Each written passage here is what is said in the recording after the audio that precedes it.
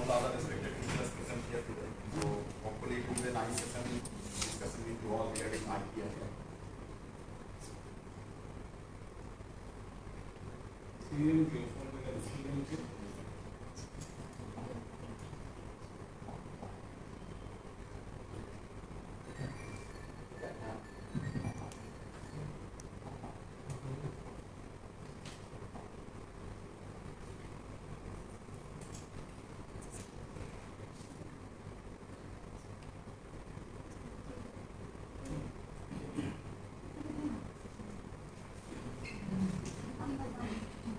so basically, today actually, as I was also proposing, like let's not make the conversation in just in a presentation mode, but I want you also to interact and also put up your questions, problem, whatever you have.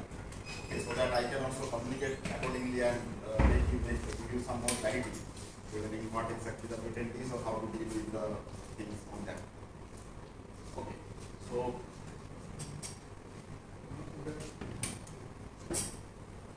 Okay, so first of all, the basic thing is IPR means intellectual property rights. Okay. So now, what is intellectual property? We know like property can be tangible, like we have house, we have cars, we have bike, we have cycle, we have land. So those are all property. But these properties are tangible. At least you can feel or you can visualize those. You can touch those. You can touch your own car. You can touch your own house. But this intellectual property is intangible. You cannot touch it. You cannot see it. You can only feel the same. Right? And intellectual property is totally coming out of your brain only. Nowhere else. Right? So this intellectual property, now there are different segments. So intellectual property doesn't mean it is only the science and technology. It can be any kind of creation. It can be artistic creation. It can be any literary creation. It can be any kind of creativity. So that's why this intellectual property has been classified in these different segments. So the first of all is patent, which is totally based on science and technology. No artistic work, no literary work will be coming under the purview of patent. It is totally based on science and technology. Next is industrial design. What is that? This is basically how to protect of any aesthetic beauty of a product, like this bottle. If you see, this is bottle is not a normal bottle, right? So there are multiple ribs and some appropriate structure. So this structure, and if there are any other bottles, both are not same. Like this fire extinguisher, this is having a different shape, not like this bottle. So this aesthetic beauty is also can be protected, but in terms of industrial design. Okay.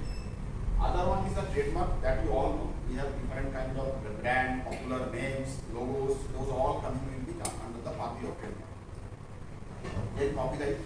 So now what I exactly told just few minutes back, any kind of your creation related to art, literature, music, drama, choreography, those are all coming under the purview of copyright. Because those are artistic work, those are not related to any kind of science and technology. And last two is geographical indication and the semiconductor layer. And geographical indication, I think you all know. So recently our Rasagolla has passed to Odisha, so that is one geographical indication. Then we have Darjeeling tea, then we have marbles from Rajasthan, then we have Kanchipuram silk from southern part of India. So those are all geographical indications. At least somebody, when you are buying something tea, if you say okay, I need Darjeeling tea, that means you are well assured about the product that okay, it is from the Darjeeling and it is having a good quality. That's why you are purchasing the same. And the last one is semiconductor layout. So basically how exactly a circuitry is basically being designed, that particular design can be protected also by means of the semiconductor layout. So as you are well aware that current central government basically proposing a mini semiconductor industry, right? They are putting some more effort. So hopefully the semiconductor layout protection will be having a boom probably in coming 5 years. Okay, so once the industries are built up, so semiconductor layer will also be inherent portion like the patent node. Okay. So now among these all six, do you know like do you have any idea like whether all of them can be assigned or maybe can be assigned to a particular individual or there can be a group? Suppose patent. So you as an individual can invent something, you can get a protection. Then Industrial design also same thing. You can design a device or a product and accordingly you can get a product. So Indian Patent Office or the Department of Commerce will be giving you the monopoly on that particular product or the technology. But among these is geographical indication. It cannot be allocated or assigned to a particular person. The reason behind this, when I say Darjeeling tea, it is not a single person who is producing the tea. There can be a group of people. So geographical indication is always assigned to a society, and the society will be comprising a plurality of people, a lot of people who are actually related to that particular production of Darjeeling tea. Okay. Now this IPR actually, what is the purpose? So if you say about patent, so why the patent rights or maybe the different kind of rights, the copyright protection or maybe industrial design protection or maybe semiconductor layout protection, why the government is giving you the grant? What is the purpose? The purpose is basically in giving you a monopoly. Why the monopoly is required? If I give you a simple example, suppose 30 years back, when we only had this box CRT TV, right? This cathode TV, we didn't have any kind of CAD monitor, any kind of portrait display, we didn't have that point of time, 30 years back. So now, think about the situation, if the person has invented this CRT monitor or maybe the TV, if he probably didn't disclose that particular idea to other people, do you think that further development on that TV with respect to LED, LCD, 4K was possible? No. So somebody have actually disclosed and the other people are basically making improvement on that particular product. That's why the evolution is working. Okay. So in return, that's why the patent protection is, government is telling you, you disclose, I will give you monopoly. That's why patent right is giving you 20 years of monopoly. After 20 years of the grant, you will be, that particular invention will be going to public. So that monopoly basically is promoting or maybe incentivizing you and also like motivating you to do some further work. Otherwise, why will you say I am putting my effort, my money, I am not getting anything, so why should I disclose? I will not disclose. Right? So that is the purpose of all the kind of intellectual property rights, because the government wants you to disclose and in return you will be receiving a monopoly from the government. Okay, so this idea basically how it works, so basically it starts from the ideation stage. So whenever I say about patent, basically it is a technical solution to a technical problem. You must have confessed to a kind of problem. That's why you are thinking, okay, that can be a good solution in terms of technology and science. So that's why we are looking for a patent. Now, this ideation stage is the very first stage where you think about the solution to a technical problem. Okay. And then basically you do research whether this solution you are proposing is at all workable or not, and if at all workable, then how exactly it is advantageous for providing technical effects. And that is basically comes under the research part. Now we can look in the protection part. So once you are confident, okay, my solution is working and it is of course unique and having kind of inventive step, then probably you will be going for a patent protection or maybe other protection kind of IPR. And thereafter this ownership. So once this any kind of IPR is granted upon you, you are the owner of that particular product in terms of patent or maybe industrial design or maybe copyright, maybe semiconductor layout, maybe geographical indication, so whatever the different category of IPRs are.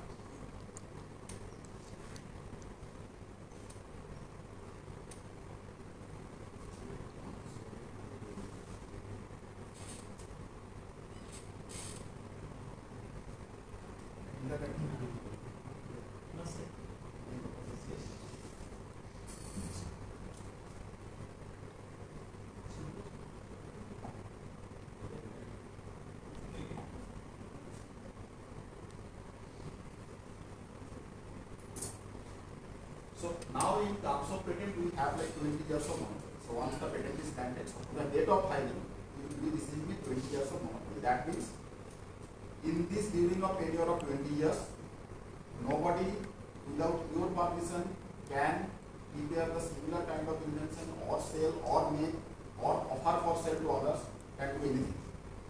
Whatever he must be doing from your permission only.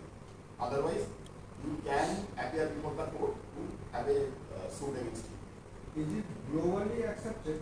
Is any patent? That is our So patent is basically, as Sal is asking, so when exactly your patentability will be determined by the Indian Patent Office in terms of like whether your solution is having novelty or innovative state. So that is subject to a global search. The reason behind this, in this today's era, so whatever the document is US, you can easily get it over the internet. So now there is a chance that even if that particular solution is not being patented in India but in US, so you can easily copy it and file it in India. But is it unique? No, because you have copied it. So that's why for patent the search is global. But when the patent will be granted, it is not only patent, any kind of idea. When it will be granted, that enforcement jurisdiction will be India only, not outside. If you want to protect the same invention in US, you have to file it separate in United States or maybe other country as per your desire. Okay. So like patent, trademark is not actually limited for time period in terms of like suppose I have right is a perpetual right. So perpetual means when a trademark is registered, initially it is registered for 10 years. Now you can renew it for a lifetime in every 10 years. Every 10 years you have to renew a trademark. Because that is the reason that different brands are working. Like if their monopoly is ended within 10 years, then how come data can be coming in this long? Right? So other companies are also like same. So brand protection is perpetual subject to renewal in every 10 years. Now copyright protection, the tenure is life of the author plus 60 years.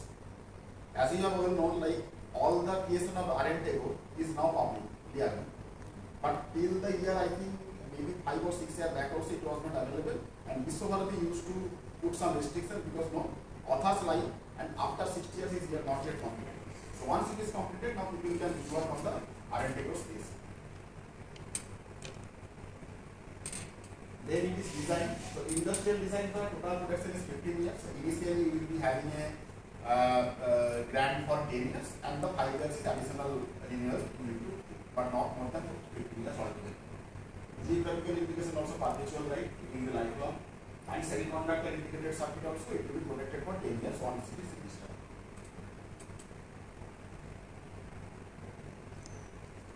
Okay, so this patent as I told you. So nobody without your permission can do anything on the similar kind of solution if you are granted with a patent. So that is called exclusive right. So what are the exclusive rights? Nobody without your permission can make, use, offering for sale, selling and importing. Cannot do any of these actions. If anybody needs to do, they must connect with you. They need to give you kind of royalty and they can do after that.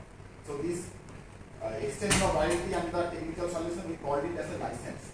Like you are renting this thing. Your technology you are renting to somebody. You can also sell out. That is also not a problem, but that is again an assignment kind of like instrument you are basically providing. So that the other people can work on this and you cannot basically go before the court that he is doing all these things without your permission because we have assigned it. As I told you, this patent protection or maybe the other IPS protection is all territorial right. So you cannot enforce this right to other country outside.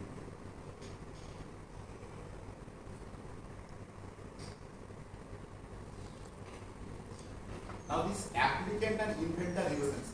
So these who are applicant and who are inventor. So if I go regarding inventor first.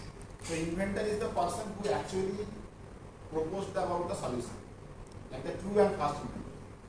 If you are providing any solution of any kind of problem, technical problem.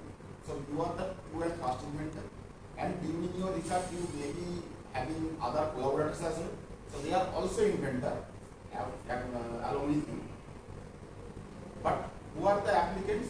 Who are basically applying for the particular patent, he is the applicant. So now in this case, an individual can be an applicant. But in case of suppose an employer, it can be an institute, it can be a company, it can be other legal entities as well.